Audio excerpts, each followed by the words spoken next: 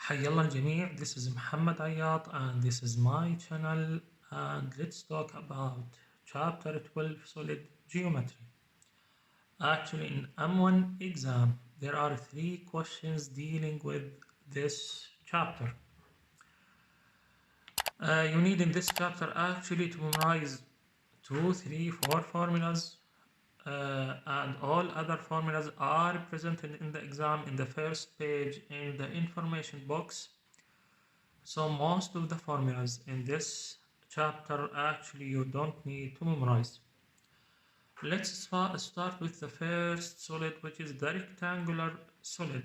Actually, it is a solid. I mean by solid, it is a three-dimensional figure. It is a three-dimensional figure. Okay.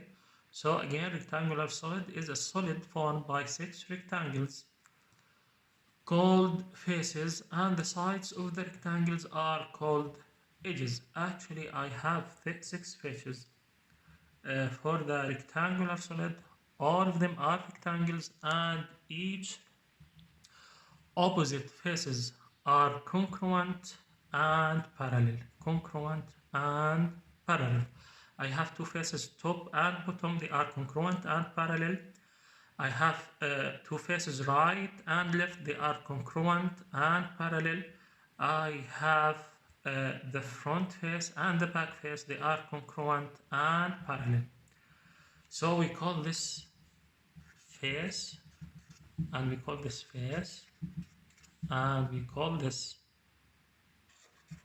face. Okay, and actually each segment or each side of each rectangle, we call it what? Edge. Those are important terms actually to memorize. Now we have the cube. Actually, the cube is a special rectangular solid. Actually, it is a rectangular solid in which the length and width and height are equal. So I have all dimensions of this solid are equal. Actually, in the rectangular solid, this is the width, and this is the length, and this is the height. The same thing for the cube. This is the width, this is the length, and this is the height. And in the rectangular solid, they are not equal. In the cube, all of them are equal. Then all the edges are the same length in the cube, or the edges are the same length in the cube. I have many facts here, and they are important facts. The first fact is about a rectangular solid, the volume of the rectangular solid. So the volume of the rectangular solid equals the length multiplied by the width multiplied by the height. So it is the length multiplied by the width multiplied by the height. And I can say that if the bottom face of the rectangular solid is the base of the solid, then it is what? It is the area of the base, which is L multiplied by W multiplied by the height So again, the volume equals length multiplied by the width multiplied by the height. In the cube, because all edges are equal, or the dimensions of the cube are equal, the length equals the width equals the height, and let's say it equals E, so they have the same length. So the volume of a cube is V equals E to the power 3. Because this is the length, this is the width, and this is the height. E multiplied by E multiplied by E, and this is E cubed. Now the other facts are dealing with the surface area of the rectangular solid. I mean by the surface area of the rectangular solid, it is the summation of the areas of all faces of the rectangular solid. And I have 6 faces again of the rectangular solid. The front and the back one, they are opposite and parallel and congruent. The right and the left, they are congruent and parallel, and the top and the bottom, and they are congruent and parallel. So I have 6 faces, so I need to add up the area of all these faces actually to find the surface area of the rectangular solid. But I know that each opposite parallel faces are congruent, so I need to calculate the area of the front face once and multiply it by 2, and this is the area of the front and back faces. The same thing I should do for the other faces. Then I get this formula. The surface area of a rectangular solid is 2 multiplied by the summation of all areas of the faces. So LW, this is L multiplied by W, this is for the bottom. L multiplied by the height, the length multiplied by the height, this is for the front one. And width multiplied by the height, this is for the right one. And again, I multiply by 2 because I have 2 faces from each one. Now the surface area of a cube equals, again, the cube has 6 faces, and in the cube, because the length equals the width equals the height and all of them equals E, then all 6 faces will have the same area. So the surface area of a cube equals 6 multiplied by the area of any face of the faces of the cube, which is E squared. Then the area or the surface area of a cube equals 6 multiplied by E squared. I have this example in the figure below. The area of the faces of the rectangular solid are given. So the front face has area equals 21, the top face has an area equals 7, the right one has an area equals 3. What is the volume of the rectangle solid? What is the volume of the rectangular solid? So this is the length, and this is the width, and this is the height. I know that the volume of rectangular solid equals length multiplied by the width multiplied by the height. But again, the given information are, I know that L multiplied by W, it is the area of what? Of the top or the bottom face. This equals 7. And I know that H multiplied by L equals, which is the front one, equals 21. And from the figure, I know that L multiplied by or W multiplied by the height equals 3. This is W multiplied by the height equals 3. So W multiplied by the height equals 3.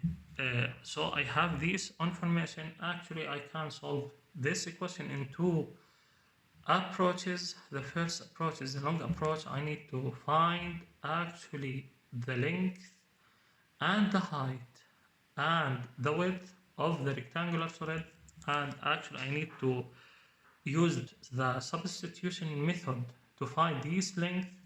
This is the long way, but it is much easier to solve it in the second, using the second approach. What is the second approach? Again, the question doesn't ask me about the length itself, doesn't ask me about the width itself, doesn't ask me about the height itself. It asks me about the volume, which is L multiplied by W multiplied by H.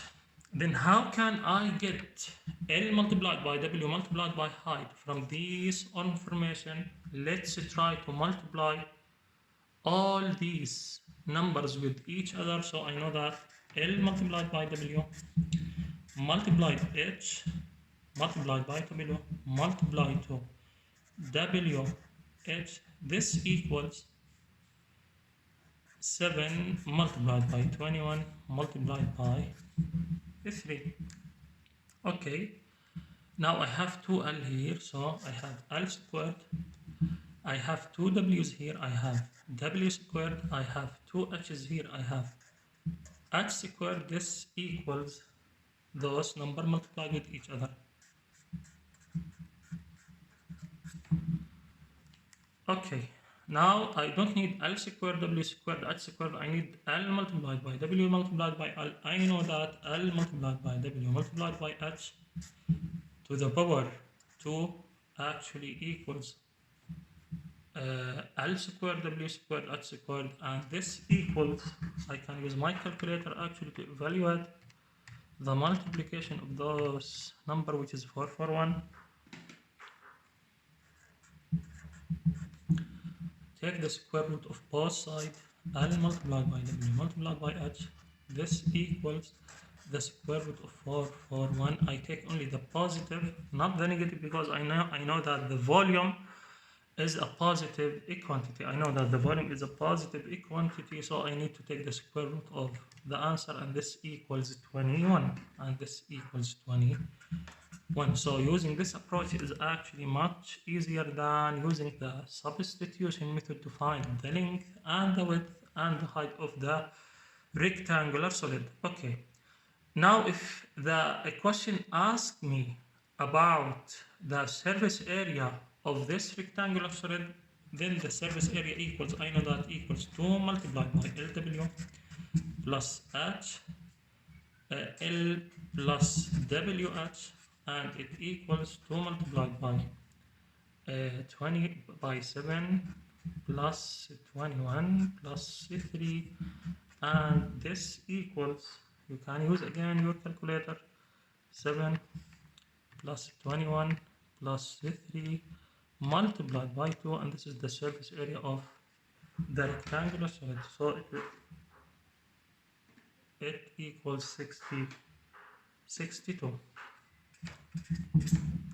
Now let's define the diagonal of the rectangular solid. Actually, a diagonal of a rectangular solid is a line segment joining a vertex on one face of the box to the vertex on the opposite face that is furthest away. Okay, now I have this AG is a diagonal. AG is a diagonal. It's connecting this vertex with this vertex of this face connected to this vertex of the opposite face, and actually this vertex is the furthest one from this vertex. Then I can call this a diagonal. Actually, each rectangular solid has 4 diagonals. Again, AG, this is the first diagonal, and HP, this is the second diagonal. EC, this is the third diagonal, and DF, this is the fourth one. Actually, all the diagonals having the same length. So AG, the length of AG equals the length of AB equals the length of EC equals the length of DF. Okay, this is an important fact. Now, if I want to calculate the diagonal length, if D represents the diagonal length, okay, it equals the square root of the length squared plus the width squared plus the height squared. Actually, this formula is obtained by using Pythagoras theorem twice, and it is important to understand how we get to this formula by using Pythagoras theorem twice, because sometimes you need to find the height of some other shapes or any dimension for other shapes in the exam using Pythagoras theorem twice. So I know that from this graph, the diagonal, this represents the diagonal of this rectangular solid. I know that this is the height of the rectangular solid. So again, this is the height of the rectangular solid. AC, actually, it is the diagonal of the bottom face of the rectangular solid. I know that this angle is what? Is a right angle. Then this triangle is a right triangle. So I can use Pythagoras theorem. I know that D squared equals H squared plus the length of AC squared. Now I need to find what is the value of AC squared. Again, if I look to the base of the rectangular solid, so it is a rectangle. This is AB, and actually this is sorry AC, and this is the length of AC. This is a right triangle. This is a right angle, and this is a right triangle. I know this equals the width, and this equals the length. This is the length, and this is the width. I know this is a right angle, and this is what a right triangle. So I can use Pythagoras theorem again. So AC squared equals L squared plus W squared. I can substitute L squared plus W squared for AC squared in this equation. So D squared equals H squared plus L squared plus W squared. I rearrange D squared equals L squared plus W squared plus H squared. I need to calculate for D. Take the positive square root of L squared plus W squared plus H squared. So I need to use Pythagoras theorem twice to get to this formula. Example, what is the length of the diagonal of the cube whose side is E? I need to calculate for the diagonal. I know that the diagonal of any rectangular solid equals the square root of the length squared plus width squared plus height squared. But I know that in the cube L equals W equals H and equals E, because it's given in the figure E. So the diagonal equals the square root of E squared plus E squared plus E squared, and this equals square root of 3E squared. Okay, and this equals, of course, I will take only the positive square root of E squared, which is E, because I know that the length is just a quantity, and this equals square root of 3 multiplied by E. Now we have a new solid, which is a cylinder. A cylinder is similar to a rectangular solid, except that the base is a circle instead of a rectangle. So the same idea, we have the same idea. We have two opposite faces, and they are circles, they are parallel, and they are congruent. Okay, and the only difference between the rectangular solid and the cylinder, that the base of the cylinder is what is a circle, it's not a rectangle. I have three facts about the cylinder. The volume of the cylinder equals, again, the area of the base multiplied by the height. I know that the base, the area of the base is a circle, then the area of the base equals pi r squared. This is the radius of the circle, so pi r squared multiplied by the height. Then the volume equals the area of the base, which is pi I r squared, and multiply this by the height. Now, if actually I made a cut here and I unwrapped the cylinder, I will get this shape, which is a rectangle. Actually, the length of this rectangle is the circumference of the circle.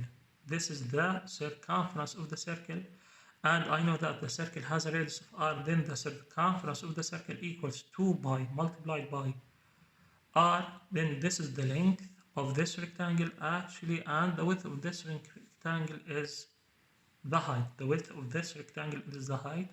If I want to calculate the surface area of the side of a cylinder, of only the side of the cylinder without the two bases, the area of the side, I need actually to calculate the area of this rectangle, and which equals the length multiplied by the width. And in my case, again, the length equals the circumference of the base, which is 2 pi r, and the width equals the height. So the surface area of the side of a cylinder without, again, the top and bottom circles equals 2 pi r multiplied by h.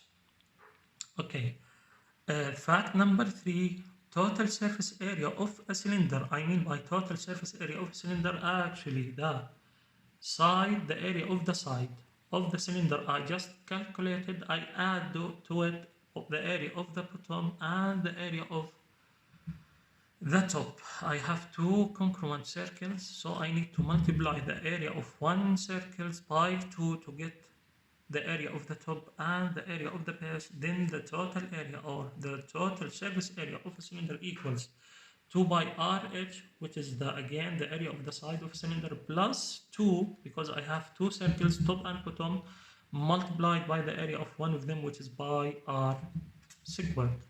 Let's solve this example. You can roll an 8 by 12 rectangular piece of paper into a cylinder in two ways. I can do it in two ways. The first way, tape the 8-inch sides together. So I need to roll this cylinder and tape actually this side with this side. Then I get this shape. This shape has a height of 8, okay, and has actually a circumference of this base equals 12. Then this is the first way. The second way, I can tape that 12-inch side together. So I can tape this side to this side and roll this piece of paper actually to tape this side to this side. Then I will get this this shape, okay, or this figure, and the height of this cylinder equals what? Equals 12, and again the circumference of one of the bases actually, or the base of the cylinder equals what? Equals 8. So the equation asks me to find the volume of each case. Of course, we have different volumes here. We have different volumes here. So the volume of the first case, I know that the volume equals the area of the base, which is pi r squared multiplied by the height. I know the height, okay, but I don't know the radius. I can calculate the radius from the circumference. I know that the circumference of a circle equals 2 by r, and it equals what? 12, okay. Then r equals 12 over 2 pi and equals 6 over pi. Okay. I know the radius now, I know the height, I can calculate the volume. The volume equals pi multiplied by r squared. This is r, so 6 over pi squared multiplied by the height, which is 8. And this equals pi multiplied by 36 over pi squared multiplied by 8. This squared with pi cancel out. I can use my calculator to calculate 8 multiplied by 36, and this equals 288 all over pi. So we can leave this as it is, or you can divide by okay, and find what the value in the decimal form. Now I can calculate the volume of the second cylinder using the same procedure. So I know that the volume equals pi r1 squared h1 squared, because actually the radius of the second one does not equal the radius of the first one. Of course, the height is different, so I need to differentiate between the two radii and the two heights. So I name this r1 and h1. So again, I use the circumference information to find r1, because I know h1 equals what? Equals 12. I know that the circumference equals 2 by r1, which is 8. Then r1 equals 8 over 2 pi, and this equals 4 over pi. Okay, now I need to calculate the volume. Volume equals pi r1 squared to this 4 over pi squared multiplied by what? By the height, which is h1 equals 12, and this equals by 16 over pi squared multiplied by 12. This with this will cancel out. 12 multiplied by 16 equals 192 over pi. Again, you can leave it as it is or find the decimal form of this volume. Now let's talk about prisms. Actually, a prism is a three-dimensional figure that has two congruent parallel bases. So it is a three-dimensional figure that has two congruent parallel bases. Actually, the rectangular solid is a special type of a prism. The cylinder is a special type of the prism. Why? Because we have two bases. They are opposite to each other. They are parallel and they are congruent. The same thing for the cylinder. I have two bases.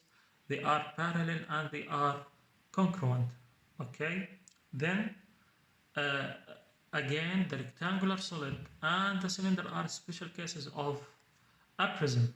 Now we have different types of prisms. Actually, it depends on the shape of the base of the prism. This is another prism. It has a triangular shape base. So I have triangular here, which is parallel to this triangular. It is both of them are congruent. Then I can call this shape a prism. I have here another prism. Okay, the two bases are opposite to each other. They are parallel and they are equal in area. They are congruent. Then this is a prism. What is the difference between this prism and other three prisms? The three prisms here, they are right prisms. They are right prisms. Why? Because I can take the height directly from the center of the first base to the center of the second base, and the height of course should be perpendicular, and for each one here I can do the same.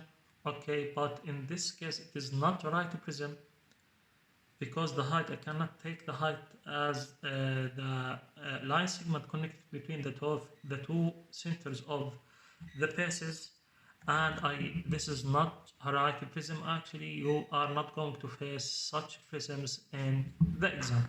So those are the important one. Again, there are many types of the prisms. And again, it depends on what the shape of the surface, because some other prisms could has a square shape or whatsoever.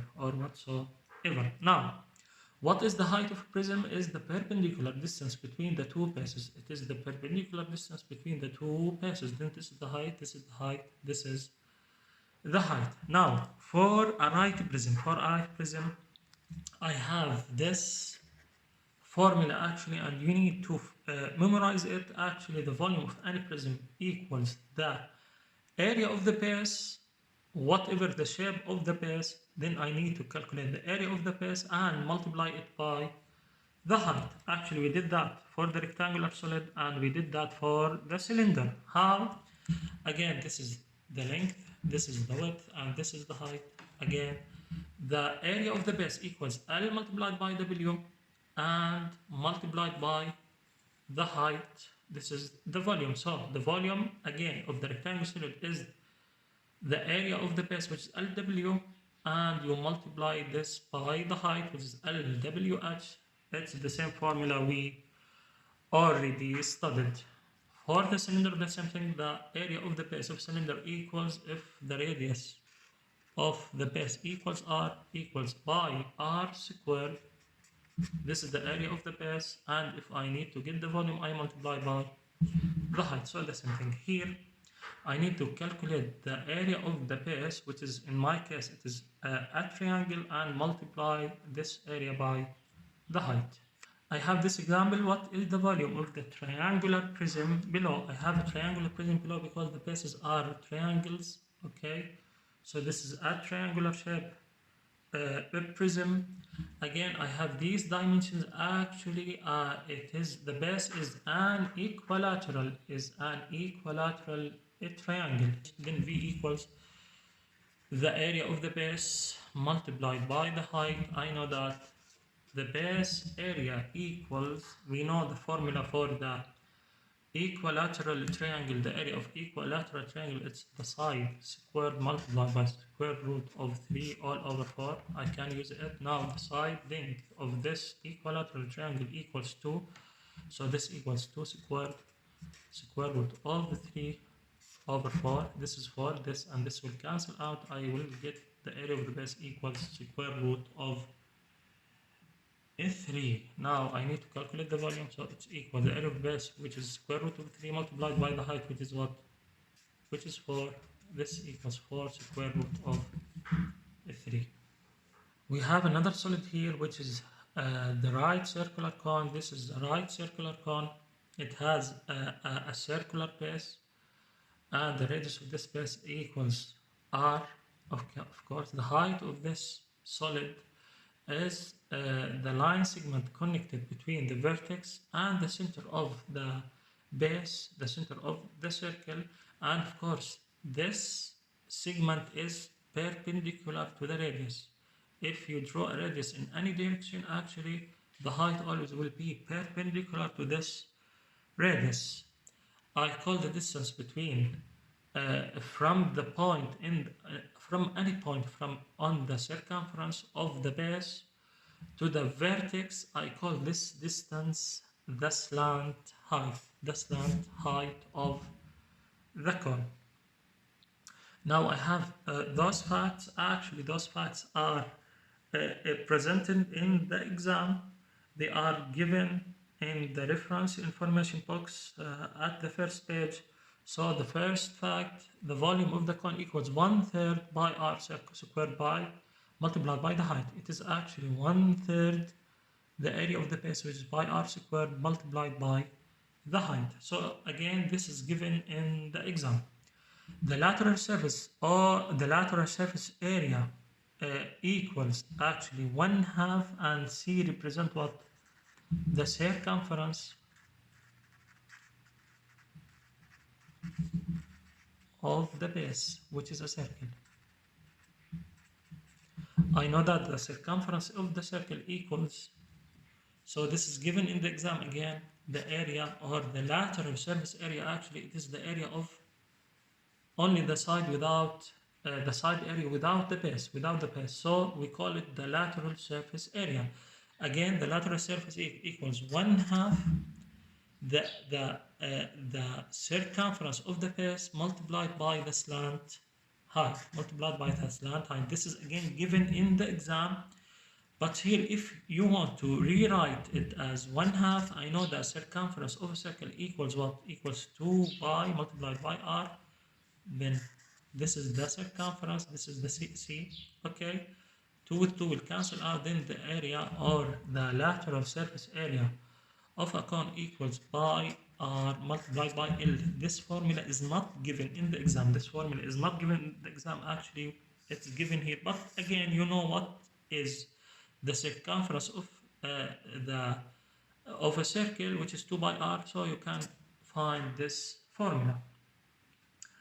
Now, fact number 3, I need to calculate the total surface area, which is again the lateral surface area plus, I have only one circle, not like the cylinder. I have only one base here, plus the area of the base, and it equals 1/2 the circumference of the circle multiplied by the slant height plus the area of the base, which is by r squared. Again, I can rewrite this as by rl, as I get here, plus by r squared. Now let's solve this example. If the volumes of a right circular cone and a right circular cylinder are equal, so the two volumes are equal, and the radius of the cone is twice the radius of the cylinder, then if the radius of the cylinder equals r, then the radius actually of the cone equals to r, because it is twice the radius of the cylinder. Then again, if the radius of the cylinder is r, then the radius of the cone equals to r. What is the ratio of the height of the cylinder? Okay, let's denote it as h to the height of the cone. Let's denote it as h small. Then the question asks me about the ratio of the height of the cylinder, which is h capital, to the height of the cone, which is h small. Again, we can rewrite this as h capital over h small. So I need to find h capital over h small. Then again, I need to write what the volume of the cylinder equals. Again, by r squared multiplied by the height of the cylinder. Again, the height of the cylinder is h capital in my case. Okay, and the radius of the cylinder is what? Is r. This is the volume of the cylinder, this is the volume of the cone. This is the cylinder, this is the cone. Then the volume of the cone equals 1/3 multiplied by and the radius squared, and again the radius of the cone is what? Is 2r. Then if I name this as r capital, okay, then I can substitute r capital squared, but r capital again equals 2r small, so 2r squared multiplied by the height of the cone, which is what? H small. Okay, it is given in the equation the two volumes are equal, so I can write this equation by r squared multiplied by h capital equals 1/3 by, this is 4r squared multiplied by h small. Okay, now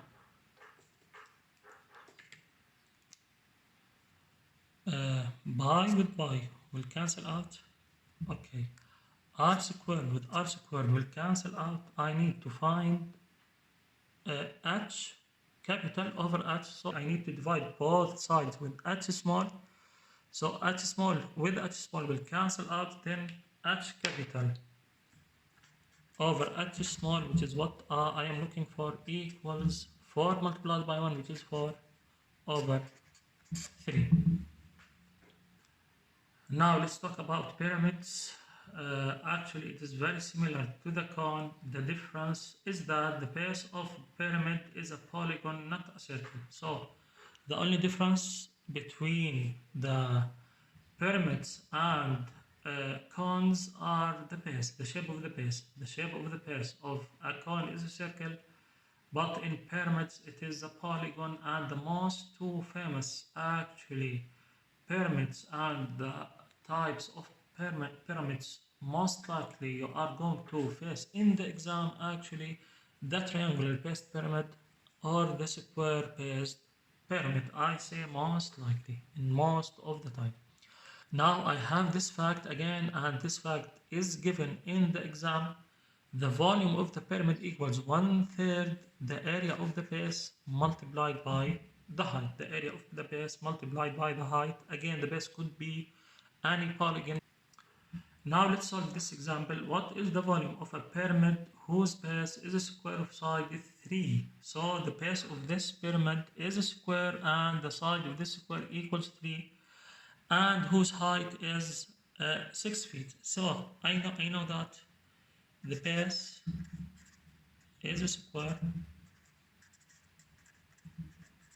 where the side of the square equals 3. I know that the height equals 6, so I can simply calculate the volume of this prism equals 1/3 the area of the base multiplied by the height. I know that the area of the base, the area of the square, is the side squared, which is 3 squared, multiplied by the height, which is 6, and this is 1/3 multiplied by 9 multiplied by 6. This is 3 multiplied by 6, which is 18, and it's given in feet, so this is feet cube. Now another solid you might encounter in M1 exam, which is a sphere.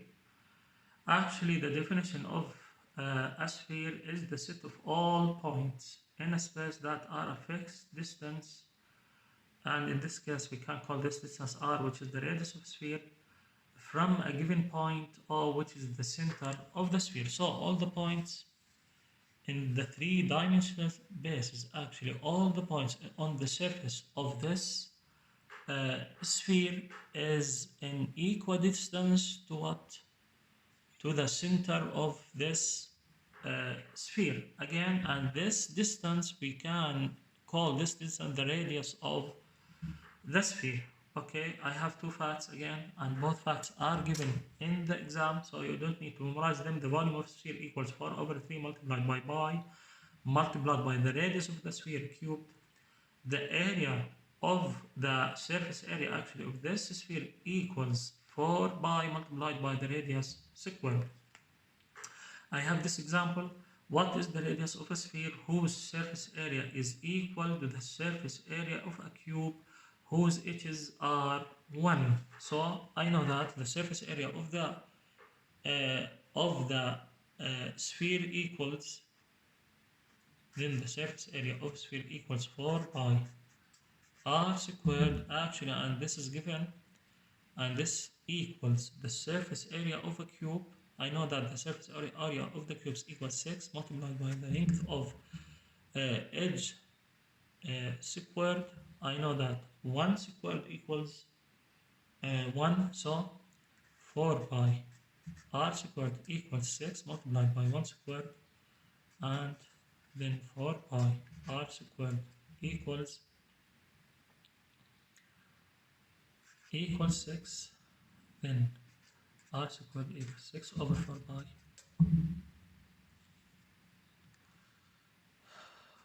then r equals the square root of 6 over 4 pi. You can use your calculator to get this decimal form.